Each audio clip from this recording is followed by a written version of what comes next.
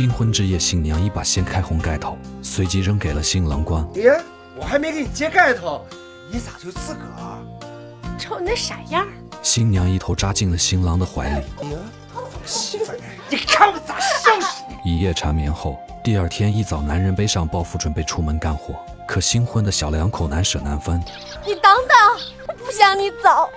于是夫妻俩又准备回炉重造。男人名叫黑山，是这一带的看山老大。身为职业挖参人的他，平常靠挖野山参来换取生活所需。女人名叫红杏，是十里八乡出了名的美人。红杏有个嗜赌如命的老爹，因为赌博败光了所有家产，甚至连妻子都当赌本输了进去，害得妻子自杀，家不成家。后来为了继续赌博，他又将女儿红杏以7颗老山参的价格卖给了黑山。红叶浸染山林的时候，黑山把漂亮的红杏娶进了门。可新婚的小夫妻难舍难分，原本答应兄弟们早早出门的他，结果都已经日上三竿了，还不见从房间里出来。好不容易把黑山给盼出来了，结果他却是一副无精打采的样子。干啥呢？咋还不动弹呢？快走！你还真没完没了了。你说我今儿咋就不想出门呢？还是走吧，要不然你可真走不成了。在红杏的催促下，黑山这才心有不甘地扛起包袱准备离开，害怕黑山会步爹的后尘。临走前，红杏千叮万嘱，无论如何万万不可沾上赌博，这东西代价太大了。可面对红杏的嘱咐，黑山却是一脸的不在意。我最恨的就是赌，我娘她就是因为我爹赌钱的，她行了行了行了。看到红杏已经生气，黑山这才勉强应承了下来。他保证出去后绝不跟别人赌博。虽说黑山无意赌博，可奈何赌局他不请自来。这天，黑山跟挖野山的兄弟们在客栈吃饭，这时赌房老大刘山虎走了过来，他出言挑衅黑山，说他们一个是看山的老大，一个是赌房的老大，两老大碰在一起，不得在赌桌上较量一下。黑山出门前曾答应红杏不赌，本不愿搭理刘三虎，可耐不住手下兄弟的一再捧劝。有啥了不起，大哥？玩就玩，算我一份。别玩了，万一咱输了，咱玩的小点，输了也没多少，论运气。人家这兄弟说多好，是吧？黑山一听在理，索性不再犹豫，跟刘山虎上了赌桌。没想到黑山开场运气极佳，把把皆赢，不一会儿后就得到了许多的钱，这比他进山挖野参来钱容易多了。然而此刻的他还不知道，自己正一步步地落入刘山虎精心设计好的陷阱。就在黑山运气正旺的时候，刘山虎突然选择了加注。咱们这把兄弟，不管我压多少，输了呢，全归你。要是赢了，我只要你的一半。黑山听后一脸震惊，这不是天上掉馅饼了吗？此时身后的兄弟又开始怂恿他，有便宜不占是王八蛋，跟他压。对，压。黑山耐不住怂恿，把所有钱都压了上去。没想到这次他竟然又赢了。黑山拿走了刘山虎的巨额押资。然而天下又怎么会有免费的午餐？此刻他从刘山虎这里拿走的钱，日后将会连本带利的还回去。赢了钱后，黑山也不独食，他做的第一件事就是请兄弟们吃了一顿大餐，接着又把赢来的钱跟大家平分了。兄弟们纷纷夸赞他，说他福星高照，不仅挖野参厉害，就连赌博都比别人强。在兄弟们的一片奉承声中，黑山更是觉得有些飘飘然。回到家，黑山把赢来的钱一股脑地倒在了床上，还沾沾自喜地跟红杏炫耀他是如何的厉害，就连从没输过的刘山虎都差点让他输得光腚了。红杏一听顿时气炸了，临走前自己千叮万嘱，让他无论如何也不能去赌博。没想到自己的话他是一句也没听进去，红杏生气的一把扑倒黑山，用手掐住他的脖子，可反被黑山一手推开，一下撞在了墙上。此时的黑山仍一脸的不在意，他还准备起身教训红杏，不料却发现红杏已经把剪刀架到了自己的脖子上。姓黑的，我告诉你，你心里要是还有我红杏的话，我就不许你去赌。黑山见红杏一命相逼，当即承诺往后绝不再赌，无论刘山虎再怎么邀请他，他都不会再去了。见黑山真心悔过，红杏决定再给他一次机会。第二天，黑山准备出门时，红杏再次叮嘱他：黑山呐，只要你以后不赌钱，我一辈子都好好伺候你，给你生儿子。黑山满口答应了。为了能够多挖点野山参，这天他带着兄弟们去了很远的地方，可没想到在回来的路上，一个兄弟不小心从悬崖上掉下去摔死了。埋了去世的兄弟后，几人来到驿站休息，不想这时刘山虎又凑了上来，看到几人垂头丧气的，于是故意流露出幸灾乐祸的表情。这成功把他们激怒了。而黑山也想多赢些钱分给死亡兄弟的家属，于是在兄弟们的鼓动下，黑山再次坐到了赌桌上。谁曾料这次他的运气却极糟糕，几把下来，他不仅输光了身上带的所有钱币，还把包里留用的野山参也赌了进去。兄弟们见情况不对，劝黑山改日再赌，可此时的黑山已经完全杀红了眼，他不顾兄弟们的劝说，坚持要与刘山虎分出个高下来。然而一把下来，他的2间房子就这样没了。兄弟们害怕黑山再赌下去，于是赶紧把他拖出赌房。可此时的黑山已经完全疯狂了，他一下挣脱束缚又跑了回去。哎，小狗，他妈的，现在啥都没了，还要喜欢干啥？我说兄弟，这事儿你得想好。妈的，要是没想好，我和你赌啥？这正中刘山虎的下怀。然而随着硬币叮当的落地声，黑山又输了。他只觉得头晕目眩，周围的一切都在滋滋作响。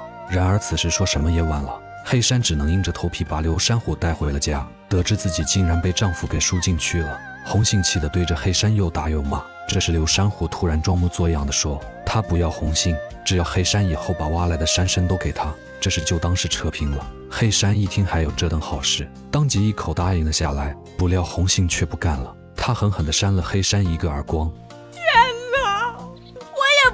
是林子里的一根山参呢，一个没心没肺的东西，我算看错你了。这时刘山虎又装模作样的假装离开，红杏及时叫住了他。既然他把这个院子里的啥都输给你了，那你就别走，你把他给我撵出去。等黑山被扫地出门后，红杏突然发现自己怀孕了。此时黑山又跑回来站在门口大放厥词。你别这样行不行？房子没了，咱先住草屋，日后我给你盖好的还不行吗？赌博那玩意儿就是有输有赢，你别逼着他。事到如今，黑山依然没有意识到自己的问题，他仍认为这只是自己当时的运气不好罢了，气得红杏提着菜刀就冲了出去。然而黑山不仅不反省，反而转头来责备红杏。你别没完没了行不行？我现在已经是刘山虎的人了，我心甘情愿，你给我滚！黑山仍一个劲地呵斥红杏，气得红杏当场一刀砍了下去。第二天一早，刘山虎带着人来收房子，刚好在路上碰到了被砍伤的黑山。黑山警告刘山虎，红杏是他的老婆，不准刘山虎碰她。可刘山虎开赌场这么多年，还从没有人敢这么跟他说话，气得他当场就叫兄弟们暴揍了黑山一顿。心灰意冷的红杏坐在床上，心想为什么自己千挑万选的人，最终还是跟父亲一样走上了赌博的这条不归路。这时刘山虎偷偷走了进来，看到床上楚楚可怜的红杏，顿时起了歪心思。可就在他要得逞的时候，又突然一下崩溃的大哭起来。我是个废物，我是满洲国宫里出来的人。原来刘山虎竟是当年从宫里出去的太监，他机关算尽的把红杏抢到手，就是为了要掩盖自己太监的身份，等百年归老后也好有一个人给他养老送终。你是个好女人，只要你陪着我，我不会亏待你。由于刘山虎太监的身份，也让红杏打消了要寻死的念头。自此之后，他便跟刘山虎搭伙过起了日子。时间一天天过去了，很快到了红杏临盆的日子。生产这天，黑山想弄清楚这孩子到底是谁的，于是垂头丧气地回到了家里。来到门口，看着门框上的红布，却怎么看怎么觉得是绿色的。一进门果然看见红杏戴了个绿头巾，但他还是不死心地问了句：这孩子是不是我的？按日子算应该是我的。你还挺会算哈！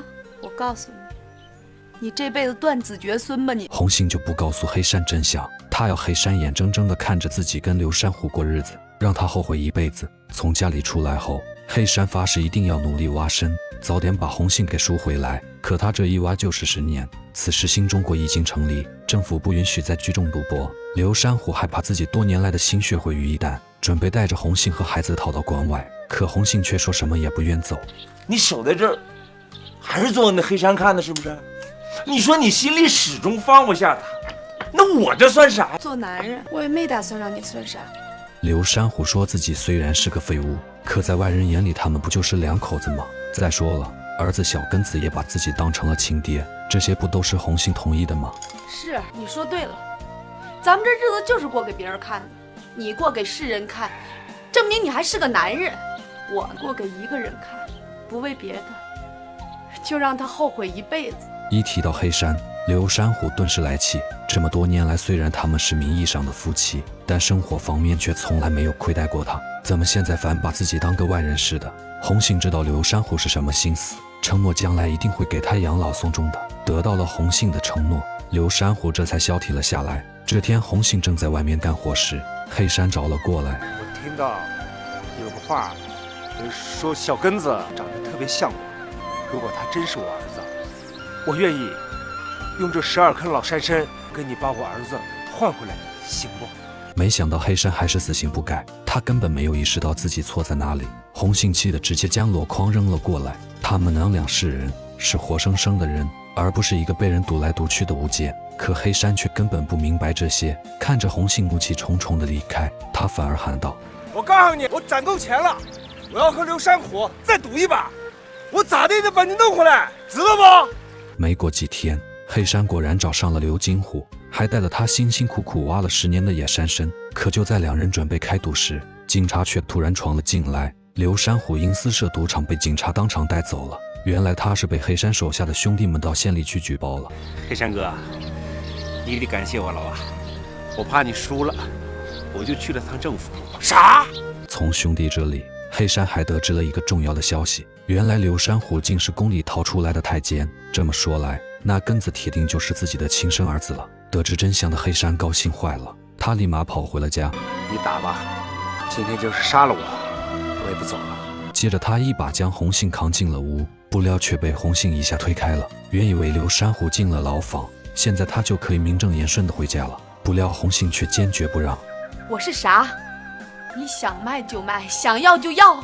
你害了我这么些年还不够吗？你走。可黑山就是死皮赖脸的不肯走，红杏没办法，只得让他住在家里。看着黑山每天献殷勤的样子，红杏刚有点心软，不料接下来发生的事儿却再次坚定了红杏内心的想法。这天，红杏让黑上去牢里看看刘山虎，把他们间的事情跟刘山虎说一下。刘山虎这人虽坏，但这10年对他们娘俩还是挺不错的。不料黑山一听顿时怒了，他说刘山虎把自己害得这么惨了，红杏还要感谢他，这不就因为刘山虎给他们钱了吗？你寻思是因为钱我才跟他在一起的？那有啥呀？红杏顿时被气死了。本以为黑山已经认识到自己的错误了，却没想到他还是执迷不悟。而更令红杏生气的是，为了显示自己的大方，他竟掏出一沓钱来塞给红杏。你啥意思啊？这是咋的了？我总比刘山虎大方吧？黑山，你是天生的王八羔子！你这人是咋的了？你咋说翻脸就翻脸？你就不知道啥叫人，你更不知道咋做人。我看了你10年，我还寻思你明白了，弄了半天你还是山上那头熊，山里的野猪都是一窝一窝的过日子，兴许都比你明白点儿。你走。我不走。你走不走？我就不走。你走不走？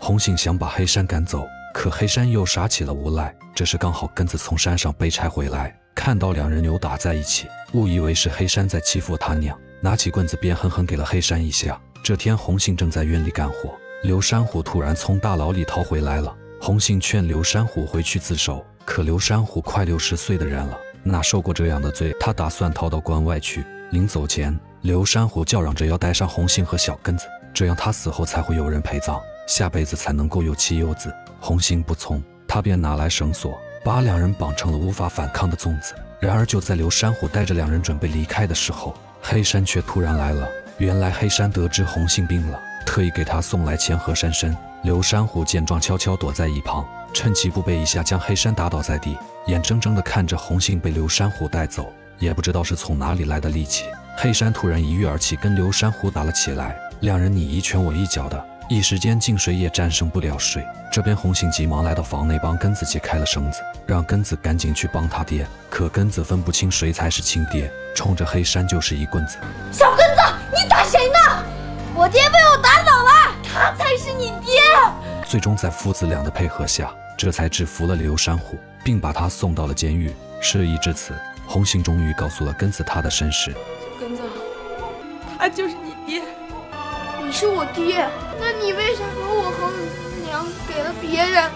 面对根子的询问，黑山羞愧地低下了头。当年的往事被摊开，本以为红杏会跟黑山冰释前嫌，却不料第二天黑山回家时，却看到家里的大门紧锁，而钥匙就挂在一旁。红杏给过黑山那么多次机会，可10年了，他还是没有改变。最终，红杏带着儿子离开了这里，他要靠自己的力量重新开始生活。人生最痛苦的是梦醒了无路可走，做梦的人是幸福的。倘若没有看出可走的路，最要紧的是不要去惊醒他。